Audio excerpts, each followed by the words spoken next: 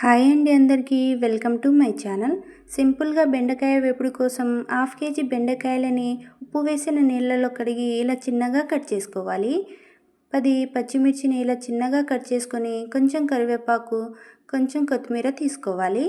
Stove మీద పెనం పెట్టి మనం కట్ చేసుకున్న బెండకాయలని ఒక 4 నుంచి 5 నిమిషాలు ఫ్రై చేసుకోవాలి. ఇలా చేసుకొని పక్కన పెట్టేయండి.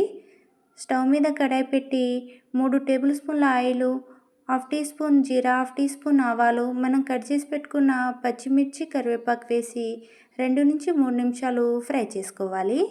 ఇలా చేసుకొని బెండకాయలను కూడా అందులో వేసి మీడియం టు లో ఫ్లేమ్లో అడ్జస్ట్ చేసుకుంటూ ఒక 10 నిమిషాలు ఫ్రై చేసుకోవాలి.